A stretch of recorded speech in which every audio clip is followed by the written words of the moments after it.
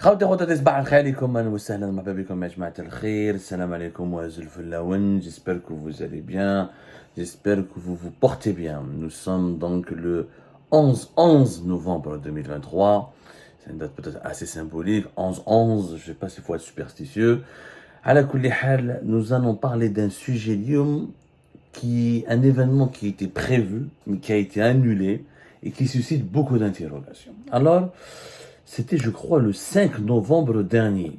Le 5 novembre dernier, nous vous avions révélé que Abdelmajid Tebboune devra bientôt faire une visite à Tindouf.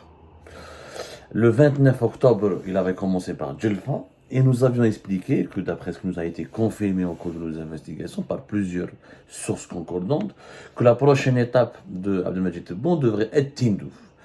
Tindouf, une wilaya, autre wilaya symbolique du Grand Sud, wilaya très particulière à la frontière algéro-marocaine, à la côté du Sahara occidental, une région, l'une des régions les plus militarisées du pays, mais aussi une région qui accueille le fameux grand projet Rarj-Bilet, dans les mines de fer de Rarj-Bilet, à une centaine de kilomètres au sud de Tindouf.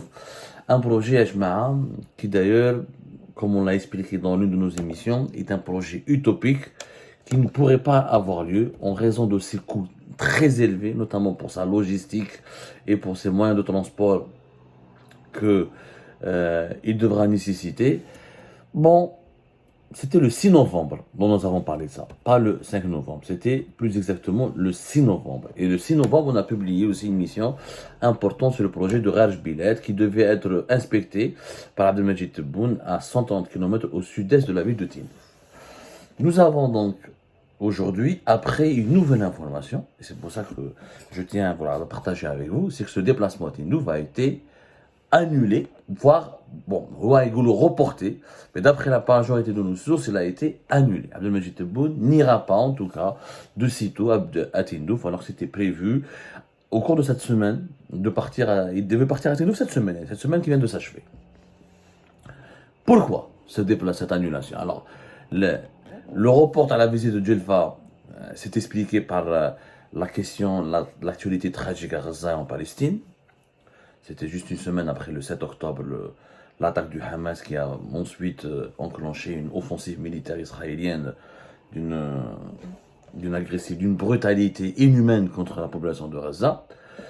Le report de la visite de Tindouf ne peut pas s'expliquer par l'actualité palestinienne, parce qu'il n'y a rien de nouveau. Depuis ça n'a pas empêché d'aller à Djelfa. Ce qui s'est passé depuis 29 octobre aujourd'hui, depuis la visite de Djelfa, rien n'a changé. C'est la même actualité sombre, sinistre. Il n'y a pas eu d'événement, de développement majeur. Ça n'a rien à voir avec la Palestine. En réalité, d'après ce que nous avons pu confirmer au cours de nos investigations, c'est qu'Abdelmajid Tebboune a annulé ou a reporté. C'est plus une annulation qu'un report, parce qu'un report, on a une date précise. Djelfa, ça a été reporté, il y avait une date précise. Tindouf, pour le moment, c'est pas un report, c'est une annulation. Il n'y a pas une date précise qui a été fixée pour cette visite à Tindouf. Pourquoi? Parce que des changements importants devraient avoir lieu d'ici la fin de ce mois de novembre. Des changements qui se font attendre depuis le mois de septembre. Je vous l'Algérie en ce moment, comme elle a paralysé dont est victime notre pays. Notre pays, vraiment, franchement, il y a une paralysie.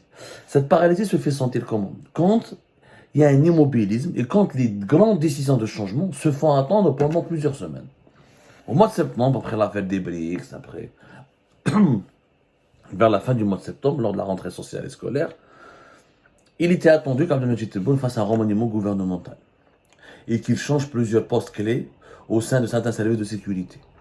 Il était aussi attendu qu'il fasse l'annonce de certaines mesures économiques importantes ou qu'il fasse des déclarations et un discours au peuple. Ça n'a pas été fait.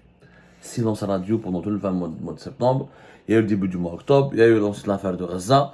L'affaire de Gaza, comme on l'a expliqué déjà, elle a encore aggravé l'immobilisme et la paralysie du pays. Et plus personne ne voulait en parler. C'est bon, on parle que Gaza. Maintenant, à l'approche du 1er novembre, les thèses, les rumeurs, les informations concernant ces grands changements que devait opérer Abdelmajid Tebboune ont circulé à nouveau. Et on attendait à ce que le 1er novembre, à la veille du 1er novembre, ou là, au lendemain du 1er novembre, on s'attendait à ce qu'il y ait un grand changement au niveau du gouvernement. Des changements aussi à la tête de plusieurs services de sécurité et l'annonce de plusieurs mesures. Marrakech. Nous sommes le 11 novembre, 10 jours après le 1er novembre, rien ne s'est passé. Maintenant, avec l'annulation de cette visite à Tindouf, les mêmes scénarios se répètent.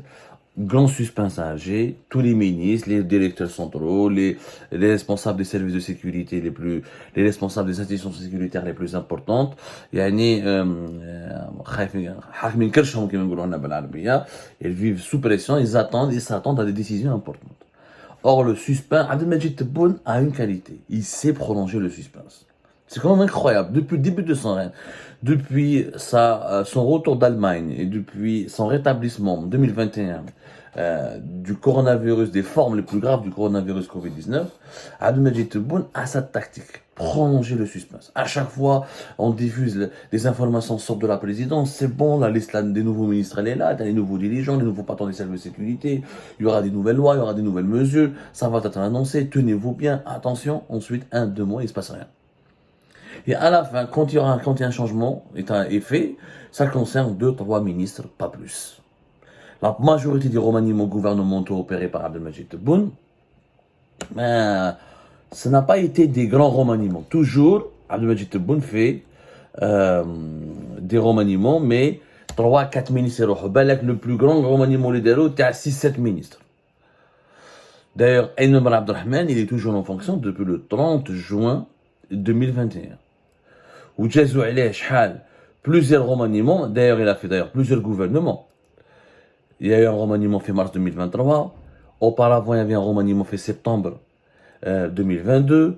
Yani, on a vécu pas mal je vais essayer de retrouver toutes les dates, pas mal de décisions, pas mal de changements. Le 18 mars 2023, c'était le changement peut-être le plus emblématique parce que Kamel Rezek, l'impopulaire ministre du Commerce, a quitté le gouvernement. Ramtala Mamra, à cette date-là, avait quitté le gouvernement. Septembre 2022, si je ne me trompe pas, c'était Beljoud. C'était Kamel Beljoud qui a quitté le gouvernement. C'était le 8 septembre 2022. Mais c'était encore une fois que des petits changements.